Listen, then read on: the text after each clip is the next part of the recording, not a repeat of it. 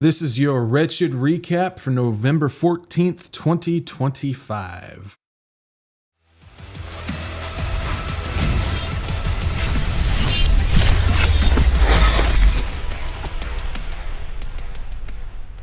Hey, what's going on, guys? This is Zach, the Wretched Watchman, and I'm bringing you the Wretched Recap for November 14th, 2025. And this is a quick hit show where we go over about 4, 5, 6 different things, depending on what they are, that have happened over the past week that I think are worth mentioning. They might be something brand new that we haven't talked about before, or it might be maybe I'm just bringing some attention to something that I talked about in the past podcast, and it's worth mentioning again. So again, I always recommend going and checking out the podcasts. We stream live every Tuesday and Saturday at 6 p.m. Pacific, 8 p.m. Central, and 9 p.m. Eastern, and we go over a ton of information. We try and take it from the angle of just trying to report on what's actually going on and everything like that. So I recommend going and checking it out. There's a lot of information that I don't believe gets talked about. So make sure you guys tune in for that. And yeah, we're going to be going over a few things today, including Medicare covers Ozempic, banking moves to the Lone Star State, Border Patrol commander lies, Apple ID, and Wisconsin for cheese, not for VPNs. And so we got a few things that we're going to talk about, all brand new, and we haven't covered any of these things, but it's worth, again, going over and making sure that we're being aware of everything that's going on, so we're not caught off guard, whether it's because of deception, whether it's because of our own personal biases that make it so we refuse to believe what's going on. And of course, we want to stay out of ignorance. And of course, the Lord wants us to have knowledge of these things and to be watching these things. So let's go ahead and cover Medicare with Ozempic and what's going on with this. And this was just announced.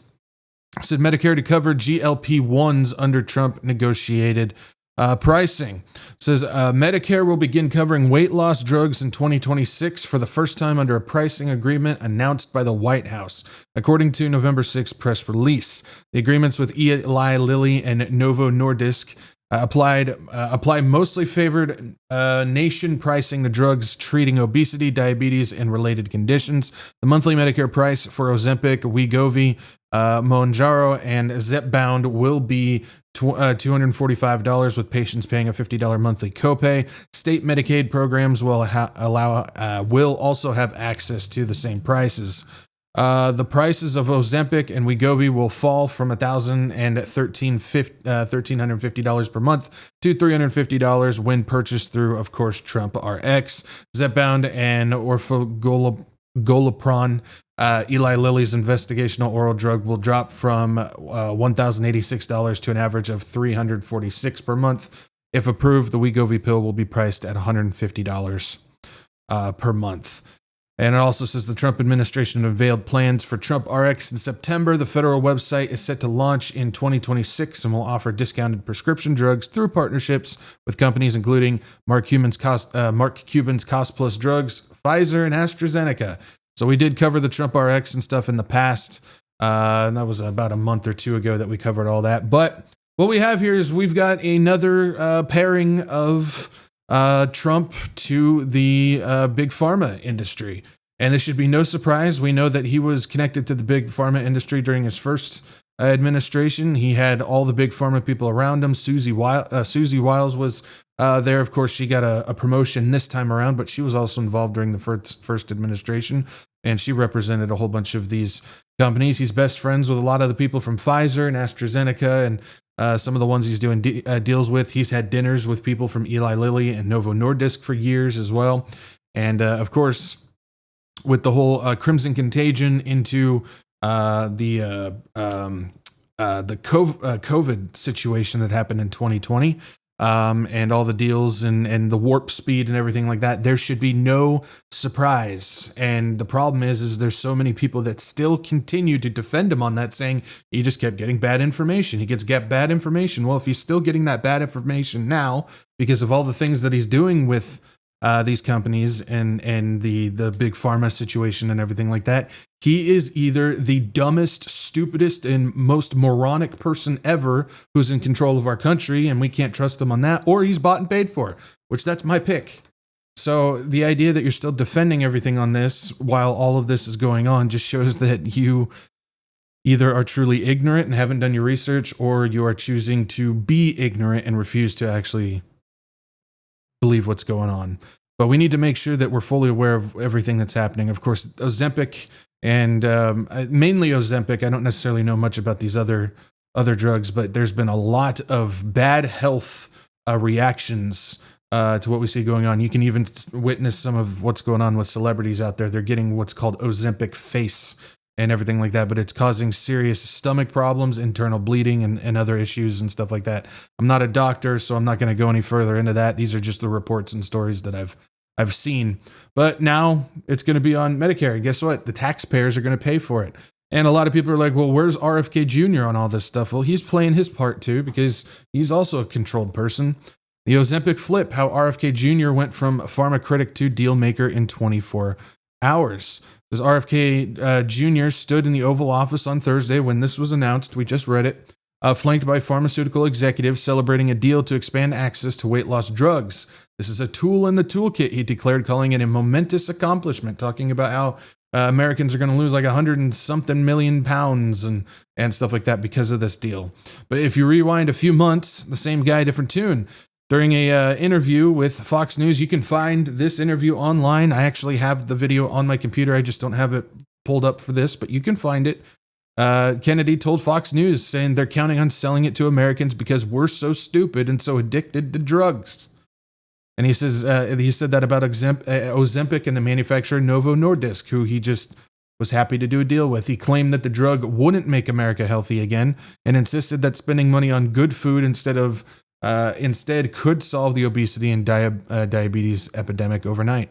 So again, he's just going and showing that he's also a paid puppet as well. We need to not trust politicians. We need to not put faith in politicians. We need to stop defending politicians, and we need to make sure that we don't remain ignorant and biased just because, well, my side says this and I don't like the other side, so I'm going to go against everything on that. We need to make sure that we don't fall into that trap. And I also recommend again, I'm not a doctor, but I wouldn't be taking any of this stuff either. This big pharma drugs and stuff like that, there's so much that it can do against you. I can't necessarily bring it up because of the platform that we're on, but I'm sure you guys know the details on that. All right, let's keep it moving. We got banking moves to Lone Star State. This is pretty interesting what's going on. It's been happening in the past couple years, but it's starting to gain a lot of momentum. It says NASDAQ joins New York Stock Exchange and Texas Stock Exchange with launch of new Texas-based dual listings venue. With the new NASDAQ Texas, the state has now added 3 exchanges this year. It says months after announcing a regional headquarters in Dallas, NASDAQ plans to launch NASDAQ Texas, a new dual listing venue that would join New York Stock Exchange Texas and the Texas Stock Exchange on the newly established Y'all Street. NASDAQ expects to begin operation in early 2026, pending SEC approval. If we jump down here, it says major companies have already chosen to dual list on the New York Stock Exchange Texas, including a handful of companies which have primary listings on NASDAQ. The New York Stock Exchange Texas's first get was Trump Media and Technology, which is listed on NASDAQ too. AT&T, D.R. Horton, H.F. Sinclair, Comstock Resources, Marsh and McLennan, and more have also dual listed with the New York Stock Exchange Texas. The Texas Stock Exchange has yet to open for dual listings, but will do so in 2026. So we got some interesting stuff going on with a lot of movement with getting the financial groups down into Texas, leaving their usual positions. And so I've been kind of keeping an eye on what's going on with this. And these are just a few moves that have been announced recently in the past, I want to say about a year.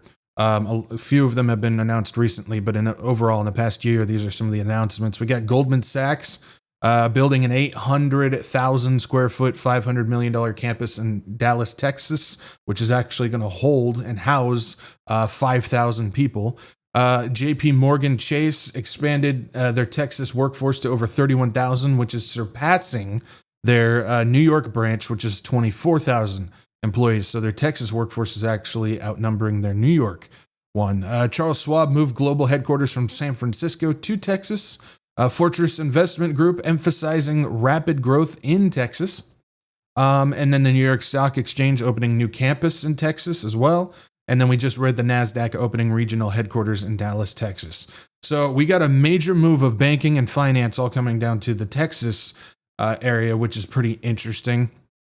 There's going to be a lot of people, of course, that are going with the idea of, Mamdani was announced in New York as mayor, so they're all leaving now. But the problem is a lot of this stuff was already, you have to pre-plan this stuff years in advance. So this was already planned to go. And they're already moving out. Of course, there's always the possibility that these banks and stuff knew ahead of time that Mamdani was the pick for New York. Of course, we know that these elections and stuff are actually selections, so that could also be playing a factor into this. But either way, we got a massive move of the finance down into the Texas region, which is interesting. I got a question for those who believe that New York is Babylon. Does this now mean that Texas is going to become Babylon? So I'm just curious about that. A little sarcastic humor, if you don't catch my drift.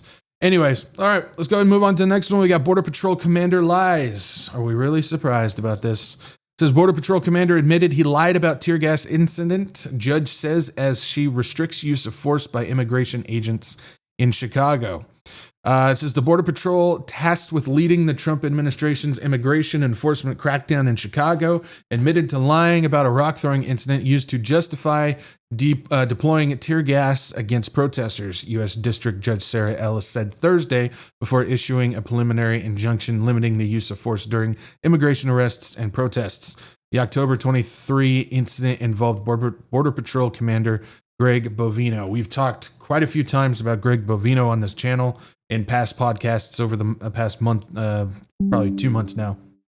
And we've discussed this and we've talked about this stuff regarding him. And he's done interviews where he talked about if you're behind the wheel of a car and you look nervous, you have an eye twitch, you start stumbling with your words, or you start gripping the steering wheel too tightly, they're going to take that as you're guilty of being an immigrant, and they're going to just go ahead and arrest you on the spot simply because you may have an anxiety problem. And he's been known to do some pretty aggressive tactics, getting Black Hawk helicopters and dropping people from dropping soldiers from the helicopters into apartment buildings, pulling people out of their apartments in the middle of the night in their underwear. A lot of the people underneath him are pulling out loaded guns on people who are constitutionally protected to record them publicly for what they're doing, but they're pulling loaded guns out on them. Just talked about an incident this last podcast where a local police department saw a situation where an agent pulled out a gun on somebody who was recording them, and because he saw the gun, he went and had to deal with that situation. And so there's a lot of this stuff that's going on. I know there's people on both sides saying they're all criminals, they all need to be deported. I'm in favor of this. Those are the same people that say that they're standing for the Constitution, even though what they're asking for is completely illegal and unconstitutional with how these people are doing it. And then we've just got hired mercenaries and whatnot that are running the streets. And there's a lot of lies that are happening. They're saying that riots and fires and all this stuff is happening. There's been some cases of small aggressive protests and everything like that, but nothing like what they're claiming to be, where Trump says it's a war zone and buildings are on fire and people are running for their lives. And none of that is actually happening, but they're utilizing that to justify these things that they're doing. And it says, getting back to this case, it says video of the incident showed Bovino throwing a gas canister at demonstrators in Chicago's Little Village neighborhood without giving a verbal warning, a violation of the judge's earlier temporary restraining order limiting the use of force, the judge said. Mr. Bovino and the Department of Homeland Security claimed that he had been hit by a rock in the head before throwing the tear gas, but video evidence disproves this, and he ultimately admitted that he was not hit until after he threw the tear gas. Ellis said, and that's according to the video. At the time of the incident, DHS defended Bovino's actions, saying that the Border Patrol transport van transporting undocumented immigrants was attacked by demonstrators.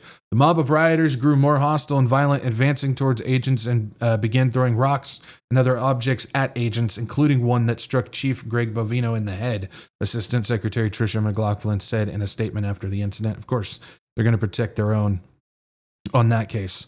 Now, we don't have time to go over all the stuff with everything that's happening in regards to this. We've been covering it for months, and there's just too much to cover here and now. But still, the situation is this is not good, and it sure seems like they're prepping their mercenary and hired goon squads here to start expanding. I just saw a report that they're getting ready to expand into Charlotte, North Carolina. So they're starting to move forward with that as well. This is not going to end well for us here. Again, you give these people an inch, you give these people a mile, and you're never getting it back. And that's just how this works. So moving on, we got Apple ID. Let's take a look at what's going on with this. Apple rolls out digital ID as states push new verification rules. By turning identification into a tap, Apple edges the iPhone closer to becoming a passport for everyday life. If you're getting a twinge of a thought regarding revelation when it comes to being able to participate in society, you're starting to go down the right track. We're getting a foreshadow of what's to come and what the Bible has told us is going to happen. Apple introduced digital ID today, describing it as a way for users to store and present identification directly from their iPhones or Apple Watches.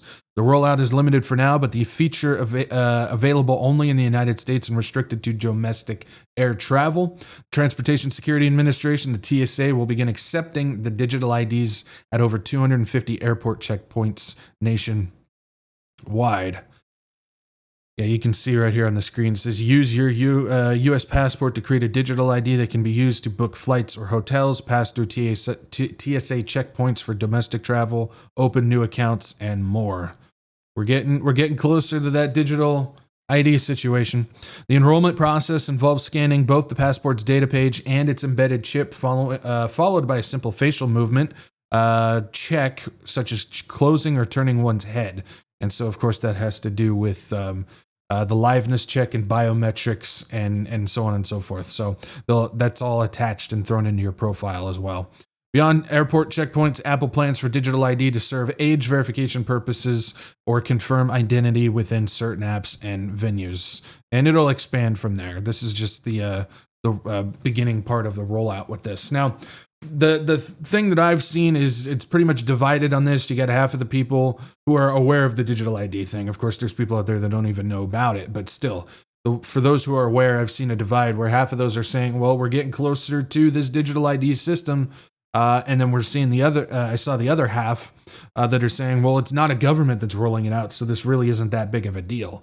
Well, the thing that I've been stressing for a long time is we are moving forward with corporatism, and the corporations have overtaken the government when it comes to power. It used to be that the corporations needed the government. Now it's the other way around. The government needs the corporations, and a lot of the stuff that we're seeing when it comes to advancing this one world system has to do with private companies that are moving this stuff, and they're working in conjunction with other private companies, bankers and investors, and the government, but ultimately the corporations are the ones with control. And so this is another situation where I would say that this is probably more dangerous because it's a private corporation. It's not constricted to government use. And because it's Apple, one of those companies that everybody knows and uses and so on and so forth, people are going to be more inclined and more trusting to use it without even realizing it, which is only going to be a larger trap. So this, I believe, is right on par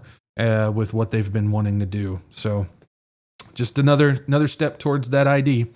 And last but not least, we got Wisconsin for cheese, not for VPNs. We've been watching this too when it comes to removing being anonymous online. It says Wisconsin lawmakers propose a VPN ban and ID checks on adult sites. The bill treats privacy like a loophole, not a right, reshaping the internet into a government ID checkpoint.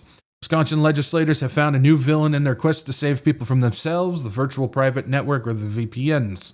The state's latest moral technology initiative split into Assembly Bill 105 and Senate Bill 130 would force adult websites to verify user ages and ban anyone connecting through a VPN.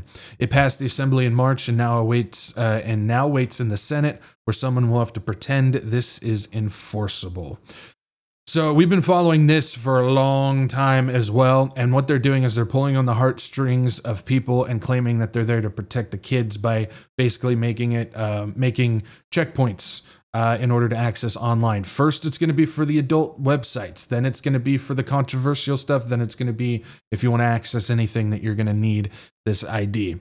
And so this is just how they've been doing it. Again, we've been covering it for a long time. There's still the COSA Act.